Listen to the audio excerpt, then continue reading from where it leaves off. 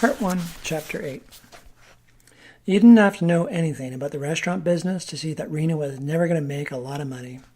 She opened 3 times a day, with periods in between when the doors were locked. The morning chef offered coffee, muffins, and toast and donuts, fried egg sandwiches and omelets. Lunch meant salad, soup of the day, and a variety of sandwiches. Dinner was a choice between the 2 dishes that Rena decided to cook that day. The menus were chalked on a blackboard above the coffee counter.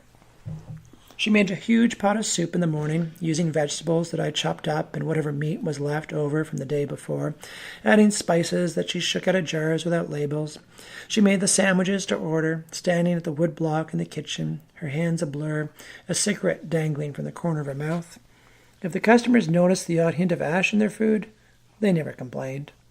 She and I ate our meals in the kitchen, except at night when she sometimes invited me down to her apartment for a snack. Rena didn't talk much about herself. I barely remember her from my childhood, just the one extended visit when I was little and my mom was still alive. My father never mentioned her until the day he packed me off to live with her like a bundle of used clothes you'd ship to a charity, and she didn't pelt me with questions about myself. Maybe my father filled her in on what a failure and lost cause I was. Maybe not. She didn't seem to care. Which was just fine with me. If I had to admit it, I'd say I didn't mind living with her at all. I liked her. As long as I did my work, she left me alone. I didn't have to go to school or answer to anybody. I liked the fact that I was earning my keep, even a little extra. I was saving up to buy a used TV for my room. True, I had an axe hanging over my head, Sergeant Carpino's threats, but I decided to let that go for a while. All that had happened back home, there was nothing back there for me anyway. I was emptying the dishwasher, my face bathed in a steam, when Rena cut chunks of beef. The dinner menu, she announced, was beef stew or nothing. She was too tired to put 2 choices on the menu that day, when the phone rang. "I'll get it," she said, wiping her hands on her apron. Behind me I heard, "Hello, oh hi, Doug. Yeah, he's right here." I shook my head, mouthed no, and lifted a stack of hot plates to the shelf. Rena held her hand over the mouthpiece. "At least say hello to him," she said. I headed for the door. "Come on, Lee," she insisted. "Do me a favor." Muttering to myself, I took the phone from her. "Hello." "Hi, Lee. How's it going?" His voice was friendly, casual, but forced. In the background I heard the whine of a pneumatic wheel gun, the hiss of a hoist, a clang. "All right. Rena tells me you're doing real good at the cafe." "I guess." "That's great. Glad to hear it." Silence. Rena rolled her eyes, waved her hand as if to say, "I give up." "Things are working out okay, then?" What did he want me to say? "Yes, Father, you can put your guilt back on the shelf. You threw me out, but it's the best thing you could have done for me because now I'm happy and content and life is wonderful?" "I'm fine," I said. "That's good. So, not that you give a shit." There was another longer pause. "Well," he said, his voice flat, "I guess I better get back to work. I'm in the middle of a tune-up." "Don't let me keep you." He hung up without saying goodbye. She was one of the regulars, meaning she turned up a few mornings a week, sat in one of the booths with a coffee, and nibbled at a fried egg sandwich while she busied herself on her laptop. I figured her for a student at the high school up at the 18th in Birmingham, or maybe the college. She had shoulder-length black hair and a tight wave in it, light brown skin and dark eyes. The first day I saw her, I went to bus her table, even though all she had was a plate and a cup. I plunked down my plastic tub and picked up her plate. "Another coffee?" I asked. She looked up from the screen and gave me a wide smile. "No, thanks," she said. "Better not." "You the boss?" she asked playfully. "No, I'm the hired help." "You don't even rate a name tag." It took me a second to catch on. "Lee," I said.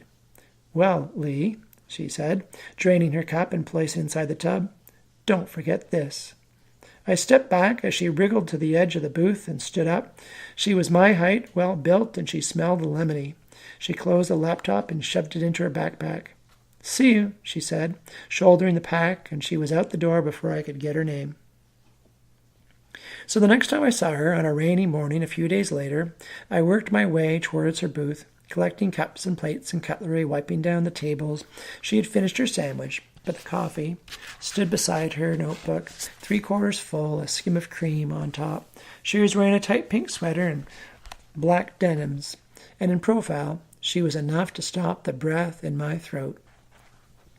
"How's it going?" I said, taking her plate. "Not," she said, reversing her pencil and erasing some numbers from the page. "Know anything about the periodic tables? The only tables I'm familiar with are usually covered with dirty dishes." She laughed, sat back, and tossed the pencil down. "It's not fair, you know," I said. "What's not fair?" "You know my name." "Eileen," she offered. We made small talk for a few minutes while the traffic hissed by on the street outside. The cafe door opened and closed as customers came and went, the tinkle of spoons and soft rumble of talk around us. I could have gone on like that for hours. Eventually, she looked at her watch and packed up her stuff and left, leaving the fragrance of her citrus cologne behind her. It went like that for a couple of weeks, and then one Friday she came in earlier than usual, as if in a hurry, and got herself a coffee without ordering anything to eat. While she tapped away at her keyboard, she kept looking towards the door. I hung back. I had decided to ask her to go out with me, and I was working up the courage. There wasn't much chance, I figured. Her, a serious student, me, a dropout, living above a cafe with my aunt, but I was going to give it a try.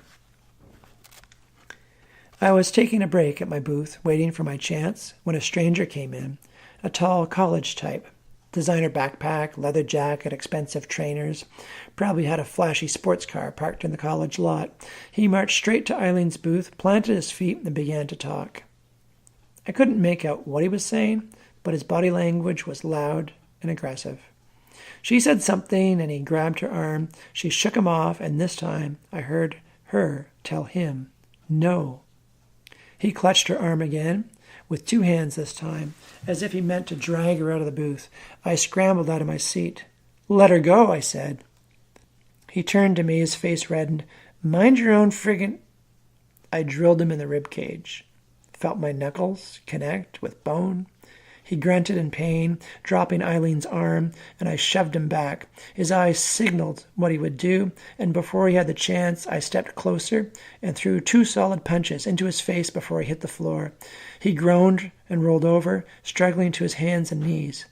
"Stop! Stop!" I heard behind me, but the words didn't register. Fists pummeled my shoulders. Somebody was screaming.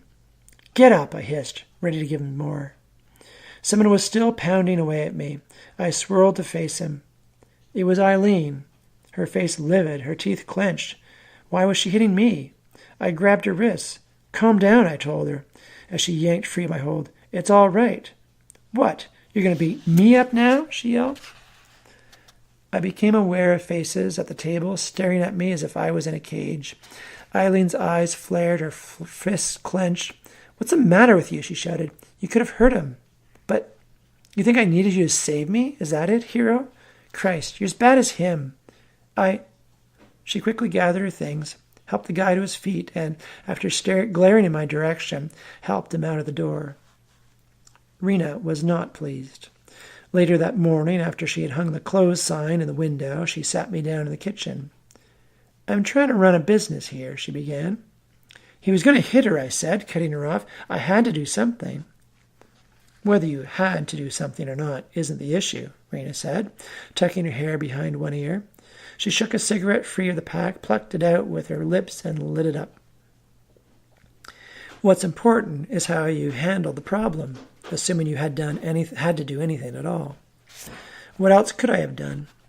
"Use your imagination," she said. "But keep in mind what I just said. I don't run a couples counseling service. You tell people like them to take their problems somewhere else. That's it. Guys like that need a lesson. Lee, think about it. You hit him so he wouldn't hit her. What's wrong with the picture?" "What do you mean?" I asked. Rena stubbed out her cigarette on the saucer she was using as an ashtray and stood up. "I got some work to do," she said. There were things I couldn't say to Rena about the darkness that gushed into my brain like water from a broken pipe, about the compulsion in my muscles, the voice that screamed in my ear to hit and pile up hurt, to keep going until whoever was on the receiving end had collapsed to helplessness. I couldn't tell her that I knew exactly what she meant. Knew she was right. Before I got kicked out of school the second time, I had a girlfriend the kids had nicknamed Barbie. Her real name was Beth, because she was slender and had long blonde hair framing a pretty face. All the girls envied her and all the guys wanted her. Maybe girlfriend is the wrong word. Maybe it was all in my mind. We went to the movies one Saturday night, necked through the whole picture. Afterwards, I had it bad. I saw only her, heard only her, wanted to escort her to school in the morning, to walk her home at the end of the day. I engineered things so I met her between classes. I called her every night. We went out a few more times. I began to think she was mine, thought she wanted it that way. Then one day, when I went to meet her after school at our usual place outside the main office, she didn't turn up. I asked one of her friends if she had seen Beth. Before or after she got into Freddie Tanner's Audi, she sneered. On the phone that night, Beth's mother told me Beth couldn't come to the phone. She had too much homework. A few days later, I was waiting in the library parking lot across from her house when Tanner dropped her off.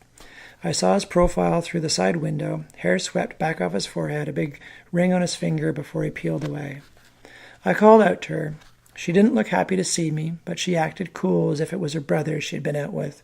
She walked across the road and sat on a bench off to the side away from the library door. I stood in front of her, hemming her in, and demanded to know why she had been ignoring me. A toxic brew churned in my guts. Humiliation, anger, frustration. I shouldn't feel like being with you lately, she said, as if that explained everything. Why are you talking about? I don't get it. Look, Lee, no offense, but sometimes you're like a blanket. I felt the tingle in my lips that sometimes came before the black rush. What the hell are you talking about? You're suffocating me. Every time I turn around, you're there. I need room to breathe. I thought we were what? We went out a few times. I like you. Then why were you with him? Because he's fun, that's why, and he doesn't hover over me like a demented guardian angel. You're nothing but a tramp, I blurted. Her eyes narrowed. Don't you dare call me names, you pathetic loser. I slapped her so hard, her head snapped back. Eyes wide with shock, she jumped to her feet, her hand on her reddening cheek. I tried to put my arms around her. Beth, I'm sorry, I didn't mean... She struggled free. Don't touch me, don't come near me. She ran into the street. A car skidded to a stop, tires yelping and horn blasting. The driver leaned out. Watch where you're going, you stupid. But she was gone up her front sidewalk and into the house. I stood in the parking lot, shaking, as the darkness ranted in my veins.